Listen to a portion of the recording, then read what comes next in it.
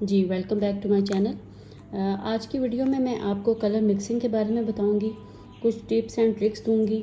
हम अपनी cold porcelain clay में कौन से कलर यूज़ करेंगे वो बताऊंगी, और वो कलर यूज़ करने की वजह क्या है ये बताऊंगी। और इसके अलावा जो बाकी के कलर्स हैं वो हम क्यों नहीं यूज़ करेंगे, इसको मैं प्रेफर क्यों करती हूँ, रेकमेंड क्यों करती हूँ, इसकी क्या वजह है ये बताऊँगी। और कुछ टिप्स एंड ट्रिक्स हैं जो साथ साथ मैं आपको इस वीडियो में दूँगी।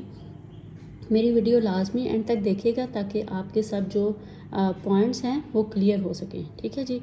सबसे पहले ये मेरी कोल्ड पोर्सलिन क्ले है। कोल्ड पोर्सलिन क्ले को हम सिर्फ यूज़ करते वक्त पॉलीथीन बैग से या प्लास्टिक सील बैग से ज़िपर से निकालेंगे, वरना हमेशा हम इसको ज़िपर में ही रखेंगे या प्लास्टिक बैग में शॉपर में डालकर ही रखेंगे। और इसके अलावा अगर आपके पास इस तरह की खाली डिब्बियाँ हैं प्लास्टिक की, तो आप ज़रूर इसमें अपनी क्ले रख सकती हैं। इस वक्त ये धोने वाली है। ये मैं इसलिए रखती हूँ कि ये इस क्ले के लिए जो है ये यूज़ हो जाती हैं। क्ले को जब हम कलर करते हैं तो वो कलर जो क्ले है वो एक दूसरे के साथ हमने मिक्स नहीं करने देनी होती। कलर एक दूसरे पे फ़ौरन लग जाते हैं और एक दूसरे पे लगने से कोई और का कोई और कलर बन जाता है। तो हमें इसको एहतियात से अलग अलग रैप करना होता है बैग में या शॉपर में। तो शॉपर या बैग में डालने के बाद मैं ऐसी डिब्बियाँ अपने पास रखती हूँ, प्लास्टिक की छोटी खाली जो होती हैं उसमें डाल के रख देती हूँ। अलग अलग कलर्स की क्ले हमारी तैयार रहती है और अच्छी सॉफ्ट फ्लेक्सिबल रहती है।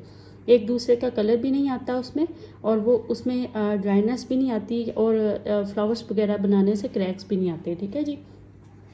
दूसरी बात ये कि हम इसको जब भी क्ले को निकालेंगे कलर मिक्सिंग के लिए, तो हम सबसे पहले अपनी क्ले को नीट करेंगे। ये मेरे पास क्ले है जो मैंने इसी पॉलीथीन बैग से निकाली है। ठीक है जी, ज़िपर से निकाली है और इसे मैंने अच्छी तरह से नीट किया है। ठीक है, इसमें से जो एयर होती है वो पास होना ज़रूरी होती है ताकि हमारे फ्लावर में क्रैक्स ना आए, स्मूथ पेटल्स बने। और दूसरी बात ये कि अगर आपकी क्ले जो है सॉफ्ट नहीं है या ड्राइनेस है क्ले में, या वो मरोड़ियाँ सी बनी हुई हैं निकालने के बाद, तो आप उसमें थोड़ी सी जो है कोल्ड क्रीम जो वो डाल सकते हैं। कोल्ड क्रीम आप किसी भी ब्रांड की ले सकते हैं, किसी भी ब्रांड की, किसी भी कंपनी की, अच्छी कंपनी की लीजिएगा, ताकि जब हम एक चीज़ तैयार करें तो वो उस क्रीम की वजह से ख़राब ना हो। ठीक है,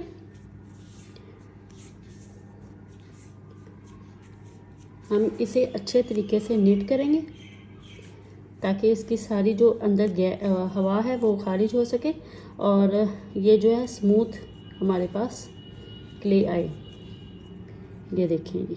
ठीक है, ये इतनी स्मूथ, इतनी ज़बरदस्त बनी है माशाल्लाह से। अच्छा जी, अब हमारे पास 3 प्राइमरी कलर्स होते हैं। प्राइमरी कलर्स कौन से हैं? Red, yellow and blue. हमने रेड कलर मिक्स किया है, येलो कलर मिक्स किया, हमारे पास रहता है ब्लू कलर मिक्स करना। ब्लू कलर मैंने इसलिए नहीं मिक्स करके रखा है ताकि मैं आपको साथ साथ मिक्स करके दिखा सकूं। ये जो मेरे पास कलर्स हैं ये हैं मेरे पास shock drop colour. Shock drop colour water based colour होते हैं और मैं आपको शॉक ड्रॉप कलर ही रेकमेंड करूँगी कि आप कोल्ड पोर्सलिन क्ले के लिए शॉक ड्रॉप कलर्स ही यूज़ करें। ठीक है जी।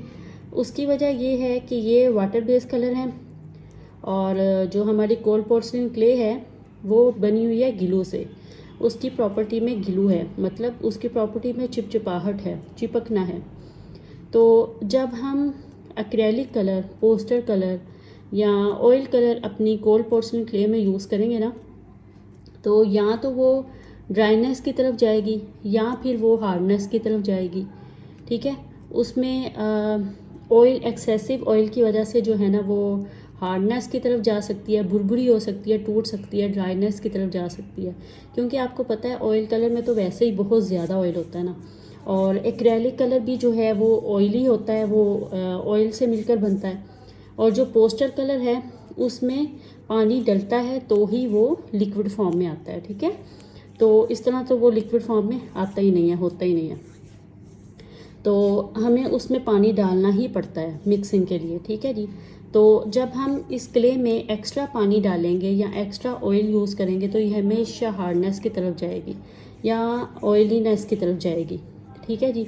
हमें इसको इसकी प्रॉपर्टी का ख्याल रखना है और इसी वजह से जो है ना मैं खुद भी शार्क ड्रॉप कलर यूज़ करती हूँ और शार्क ड्रॉप कलर्स ही रेकमेंड करती हूँ।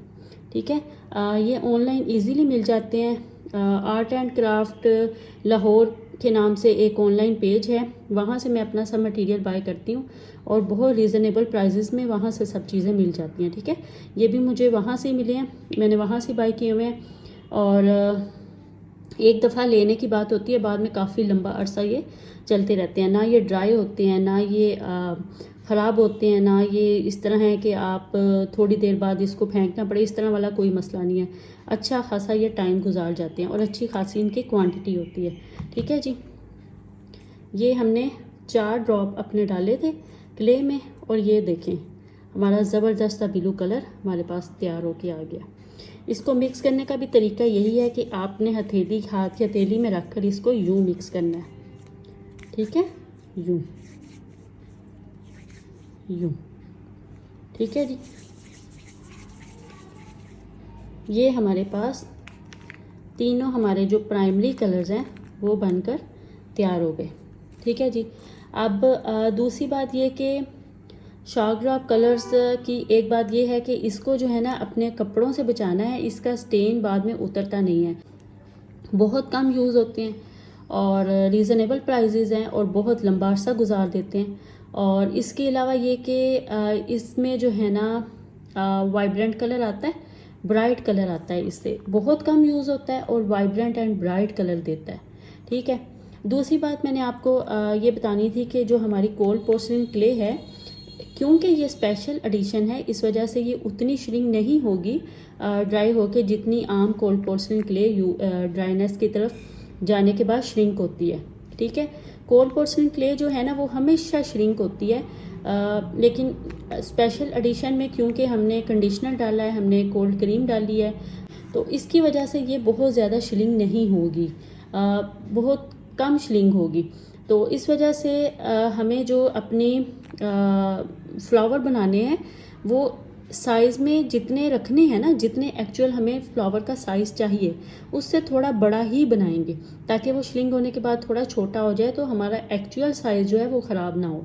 दूसरी बात ये कि जब हम कलर मिक्स करेंगे ना तो हमें ख्याल रखना है कि ये जो हमारी क्ले है ये ड्राई होने के बाद 2 टोन डार्कर में चला जाएगा हमारा कलर। हम ये ब्लू कलर बनाएंगे तो हम थोड़ा लाइट रखेंगे तो ड्राई होने के बाद 2 टोन डार्कर ब्लू कलर हो जाएगा। ठीक है, हमें ये चीज़ ध्यान रखनी है, इस चीज़ का ख्याल रखना है। ठीक है जी, और इसके अलावा ये कि इसके अलावा मैं आपके साथ शेयर करूँगी कुछ प्राइमरी कलर्स को मिलाने के बाद कुछ सेकेंडरी कलर्स कैसे बनाए जाते हैं, और प्राइमरी एंड सेकेंडरी कलर्स को मिलाने के बाद कुछ टार्टरी कलर्स कैसे बनाए जाते हैं। क्योंकि ये जो क्ले क्राफ्टिंग का काम है ना, ये असल में रंगों की गेम है, कलर मिक्सिंग थ्योरी है। और जैसा कि आपने देखा कि प्राइमरी कलर्स हमारे पास हैं red, yellow and blue. Red, yellow and blue में से कोई से 2 प्राइमरी कलर्स लेकर हम अपना सेकेंडरी कलर तैयार कर सकते हैं। मतलब अगर हम रेड एंड येलो को मिलाएं तो हमारे पास एक अलग कलर आ जाएगा जिसे हम सेकेंडरी कलर कहेंगे। अगर हम येलो एंड ब्लू को मिलाएं तो हमारे पास एक अलग कलर आ जाएगा जिसे हम सेकेंडरी कलर कहेंगे, सेकेंड डिग्री कलर कहेंगे। अगर हम ब्लू और रेड को मिलाएं तो हमारे पास सेकेंडरी कलर आ जाएगा। ठीक है, प्राइमरी कलर्स 3 हैं, 2 कोई भी प्राइमरी कलर्स को मिलाने से हम अपना सेकेंडरी कलर बना सकते हैं।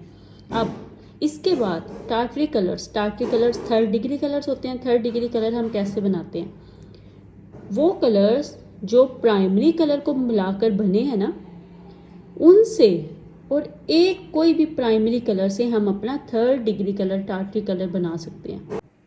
जिस तरह आप कह लें कि अगर मैं रेड और येलो को मिलाकर कलर बनाऊं, ठीक है, उससे एक कलर बन जाए और उसके बाद मैं उसमें ब्लू कलर मिला दूं, तो इन दोनों के कलर मिक्सिंग से जो कलर बनेगा उसमें जो ब्लू कलर डलेगा और उससे जो 3rd कलर बनेगा ना वो हमारा टार्टरी कलर बनेगा। ठीक है, ये जो कलर मिक्सिंग थ्योरी है ये थोड़ी सी ट्रिकी है, लेकिन जब एक दफ़ा ये गेम समझ आ जाती है ना तो उसके बाद इस गेम को खेलना हमारे लिए बहुत बहुत बहुत इंटरेस्टिंग हो जाता है, बहुत दिलचस्प हो जाता है। और यही जो कलर मिक्सिंग थ्योरी है ना, ये आपके काम में जिद्दत लाती है, इनफरादियत लाती है, आपके काम को दूसरे के कामों से मुख्तलिफ और मुनफरिद बनाती है। अब मेरे फ्लावर्स में जो कलर्स मैं यूज़ करती हूँ वो किसी और के फ्लावर्स में इसलिए नज़र नहीं आएंगे क्योंकि मैंने अपनी कलर थ्योरी को अपने तरीके से चलाया होगा। ठीक है जी। जैसा कि मैंने आपको दिखाया कि दो प्राइमरी कलर्स मिलाने से second degree colour secondary colour बन जाता है। ठीक है, उसमें भी पर रेशो का कमाल ज़्यादा है। ठीक है, अब ये नहीं है कि हम इसी मिकदार में ये लें और इसी मिकदार में ये लें और उनको मिला लें तो हमारे पास जो कलर आएगा वो सेकेंडरी कलर ज़रूर होगा, एक अलग कलर ज़रूर होगा इनसे, लेकिन उसमें भी एक चक्कर है, उसमें भी एक गेम है। वो क्या है कि अगर हम रेड को ज़्यादा लें और ब्लू को कम लें, ठीक है, ये देखें, रेड ज़्यादा और ब्लू कम, तो हमारे पास दो प्राइमरी कलर्स को मिलाने से जो थर्ड कलर तैयार होकर आएगा ना, वो इनकी रेशो पे डिपेंड करेगा। कैसे, ये मैं आपको बताती हूँ। ये देखें, यहाँ पर मैंने लिया, ये देखें जी, हमारे पास कौन सा कलर आया, रेडिश पर्पल कलर। यहाँ पर मैंने लिया, ये ले जी, यहाँ पर मैंने लिया रेड ज़्यादा और ब्लू कम। अब हम देखते हैं कि अगर मैं रेड कम लूँ और ब्लू को ज़्यादा लूँ, जो कि दोनों प्राइमरी कलर्स हैं, ठीक है, अगर मैं ब्लू की रेशो ज़्यादा लूँ और रेड की रेशो कम लूँ तो हमारे पास कौन सा कलर तैयार होता है।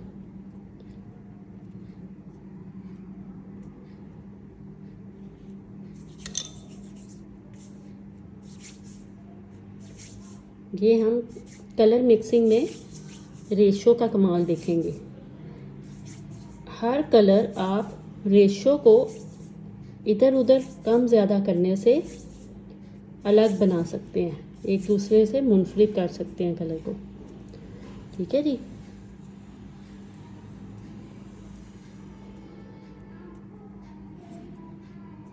ये देखें, ये हमारे पास कौन सा कलर तैयार हुआ, ब्लूइश पर्पल कलर। ये हमारे पास तैयार हुआ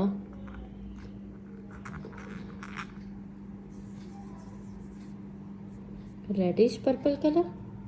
ठीक है जी, और ये हमारे पास तैयार हुआ ब्लूइश पर्पल कलर। हालांकि ये दोनों कलर कैसे बने, रेड और ब्लू को मिलाने से, लेकिन इन दोनों कलर्स में डिफरेंस है। ठीक है, ये ब्लूइश पर्पल है, ये रेडिश पर्पल है। हालांकि बने तो इन्हीं दो कलर से हैं ये दोनों कलर, लेकिन जब हमने रेड की रेशो ज़्यादा रखी ब्लू से तो हमारे पास रेडिश पर्पल कलर आया। जब हमने ब्लू की रेशो ज़्यादा रखी रेड से तो हमारे पास ब्लूइश पर्पल कलर आया। ठीक है जी, ये चीज़ जो है ना रेशो, ये किसी भी कलर में गेम चेंज का काम करती है। हमें कौन सा कलर बनाना है वो हमारी रेशो पे डिपेंड करता है। मतलब हम रेशो को बढ़ाकर या रेशो को कम करके दो अलग अलग तरह के कलर्स बना सकते हैं। रेड और ब्लू से हमने दो अलग अलग कलर बना लिए, ब्लूइश पर्पल और रेडिश पर्पल। सिर्फ रेशो का कमाल है, सिर्फ रेशो को आगे पीछे किया है, कम ज़्यादा किया है, तो दो और कलर हमारे तैयार हो गए हैं। ठीक है जी, अब इसी तरह से येलो और ब्लू को मिलाने से और रेशो के हिसाब से मिलाने से येलो कम रखें और ब्लू ज़्यादा रखें, ब्लू कम रखें, येलो ज़्यादा रखें, हमारे पास एक अलग से कलर्स आ जाएंगे। इसी तरह रेड और येलो से हमारे पास दो अलग से कलर्स आ जाएंगे। ये सब कलर्स मैंने आपको वीडियो में दिखाए हैं, समझाए हैं, और वो किस तरह से बनाए हैं वो डिटेल में बताए हैं ताकि आपको पता चले। और मैं उम्मीद करती हूँ कि आप साथ साथ काम करके भी दिखाएं और साथ साथ काम को नोट भी करें। ये जो कलर मिक्सिंग थ्योरी है ये सिर्फ एक दफ़ा आपको समझने की ज़रूरत है, एक दफ़ा आपको इस पे ध्यान देने की ज़रूरत है। उसके बाद आपका जो काम चलेगा वो स्मूथ चलेगा। आपको कोई इस काम में पढ़ाई लिखाई करने की ज़रूरत नहीं है। आपको सिर्फ एक दफ़ा, सिर्फ इस दफ़ा कलर थ्योरी पे थोड़ा टाइम देना है ताकि आप इस थ्योरी को समझ सकें। आगे आपका काम जो है इसकी वजह से आसान और मुनफरिद बन सके दूसरे लोगों के कामों की निस्बत। ठीक है जी। मैं चाहूँगी कि जो इस काम में संजीदा हैं, जो इस काम को प्रोफेशनल हद तक लेकर जाना चाहते हैं, वो जिस तरह से मैंने आपको कलर थ्योरी के लिए ये रिटर्न दिया है उसी तरह से आप मुझे रिटर्न करके दिखाएं। हर कलर को रेशो कम या ज़्यादा करने से जो सा कलर बनता है वो बनाकर मुझे साथ साथ चेक करवाएं। ये देखिए, ये मैंने कुछ कलर्स को मिक्स करके 3rd डिग्री कलर्स बनाए हैं। जिस तरह से हम देख रहे हैं कि 1st डिग्री कलर होते हैं रेड, ब्लू एंड येलो। अब उसको मिक्स करके हमने क्या किया है, रेड और वाइट को मिक्स किया तो डार्किश पिंक कलर आया। अब इसमें भी इसकी रेशियो जो है वो डिपेंड करती है। हमने इसमें रेड को मोर और वाइट को लेस मिक्स किया है तो हमारे पास डार्किश पिंक कलर आया है। इसी तरह से अगर हमें लाइट पिंक कलर चाहिए तो हमें क्या करना है कि रेड को लेस मिक्स करना है और वाइट को मोर मिक्स करना है तो हमें बेबी पिंक कलर मिलेगा। ठीक है, हमें जो है light pink colour, baby pink colour मिलेगा। इसी तरह से अगर आप नीचे देखें तो ये देखिए रेड और ब्लू में अगर हम रेड को मोर मिक्स करेंगे और ब्लू को लेस तो हमारे पास रेडिश पर्पल कलर तैयार होगा। इसी तरह से अगर हम रेड को लेस करें और ब्लू को मोर मिक्स करें तो हमारे पास ब्लूइश पर्पल कलर तैयार होगा। देख रहे हैं किस तरह से कलर की टोन ही चेंज हो जाती है रेशो के चेंज होने से, रेशो के ऊपर नीचे होने से, कम ज़्यादा होने से। ठीक है, इसी तरह से ये देखें रेड और पर्पल में अगर हम रेड को मोर और पर्पल को लेस रखेंगे तो हमारे पास रेडिश वायलेट कलर आएगा। और अगर हम रेड को लेस रखें और पर्पल को मोर रखें तो हमारे पास प्लम शेड का कलर आ जाएगा। ये देख रहे हैं। ठीक है जी। इसके बाद रेड एंड येलो में क्या होता है जी, रेड और येलो में रेड मोर और येलो को लेस रखने से कोरल शेड हमारे पास बहुत ही प्यारा, बहुत ही ज़बरदस्त एक यूनिक सा कलर तैयार हो जाता है। उसके बाद अगर हम रेड को लेस करें और येलो को मोर करें तो हमारे पास पीच शेड का कलर तैयार होता है। ठीक है, ये देखिए, ये कुछ यूनिक कलर्स हैं जो कि मैं अपने काम में इस तरह से इस्तेमाल करती हूँ।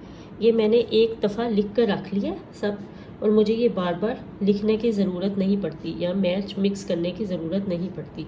मैं चाहती हूँ कि आप भी जो मेंबर्स इस काम में, इस क्ले के वर्क को, आर्ट को आगे लेकर जाना चाहते हैं, इसको अपना सोर्स ऑफ इनकम बनाना चाहते हैं, वो भी इसी तरह से अपने काम में सिंसियरिटी दिखाएं मुझे और इसी तरह से नोट्स तैयार करके अपना काम साथ साथ मुझे चेक करवाएं ताकि हम एक अच्छे तरीके से, प्रोफेशनल तरीके से इस आर्ट को आगे लेकर जा सकें, सोर्स ऑफ इनकम बना सकें। ठीक है, मैं उम्मीद करूँगी कि आप सब भी मुझे इस तरह से कलर मिक्सिंग के साथ यूँ नोट्स तैयार करके दिखाएंगे। ठीक है, इसके बाद ये देखिए, ये येलो कलर में हमने क्या किया है, येलो एंड ब्लू को मिक्स किया तो पैरट ग्रीन कलर तैयार हुआ है। येलो एंड ब्लू को रेशो के अलग अलग होने से हमारे पास टील कलर आ गया। जैसे हम अगर येलो को मोर और ब्लू को लेस रखें तो हमारे पास पैरट ग्रीन आ जाएगा। इसी तरह हम येलो को लेस रखें और मोर रखें ब्लू को तो हमारे पास टील कलर आ जाएगा। कितना फ़र्क पड़ गया कलर में, देखें। ठीक है, इसी तरह येलो एंड पर्पल को मिक्स किया तो मडी ब्राउन आया, लेकिन उसमें हमारे पास रेशो क्या थी कि येलो मोर था और पर्पल जो है वो लेस था। इसमें आपने ये कंफ्यूज नहीं होना कि क्या भाई पढ़ाने लग गई, ये मोर है, ये लेस है, ये कलर ये है, ये कलर ये है। ये एक दफ़ा का काम है, सिर्फ एक दफ़ा अगर आप अपने हाथ से ये चीज़ निकाल लें, इस चीज़ की प्रैक्टिस कर लें तो आपके जहन में नक्श हो जाएगा, आपके जहन में बैठ जाएगा और आपके जो वर्क में जो प्रोफेशनलिज्म आएगा या जो यूनिकपन आएगा, जो निखार आएगा ना कलर्स की स्कीम के साथ, वो एक अलग पहचान बनेगा। ठीक है, वो एक अलग आपका नाम बनेगा आपके कलर्स की वजह से। ठीक है, इसी तरह से येलो और ग्रीन को हमने क्या किया, येलो में मोर और लेस ग्रीन को रखा तो हमारे पास ये different shade of green colour आया। ये देखिए, इसी तरह येलो एंड ऑरेंज से एक हमने अगर ऑरेंज को लेस रखा येलो में तो पीच और मैंगो शेड आ गया हमारे पास। अगर हमने ऑरेंज को मोड़ रखा येलो के साथ तो हमारे पास ये डल ऑरेंज या गोल्डिश कलर आ गया। ठीक है जी, ये इस तरह से आपने मुझे नोट्स बनाकर साथ साथ चेक करवाने हैं और ये आपके पास नोट्स होने चाहिए। ये ताहयात रहने वाली चीज़ है। ठीक है, एक दफ़ा मेहनत करेंगे तो हमेशा आपके साथ रहेगी। ये देखिए,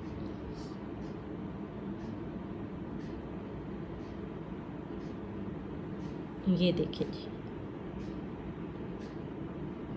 दो कलर्स को रेशो को चेंज करने से हमारे पास दो यूनिक और अलग से कलर, हट के कलर सामने आ जाते हैं। ठीक है, ये देख रहे हैं।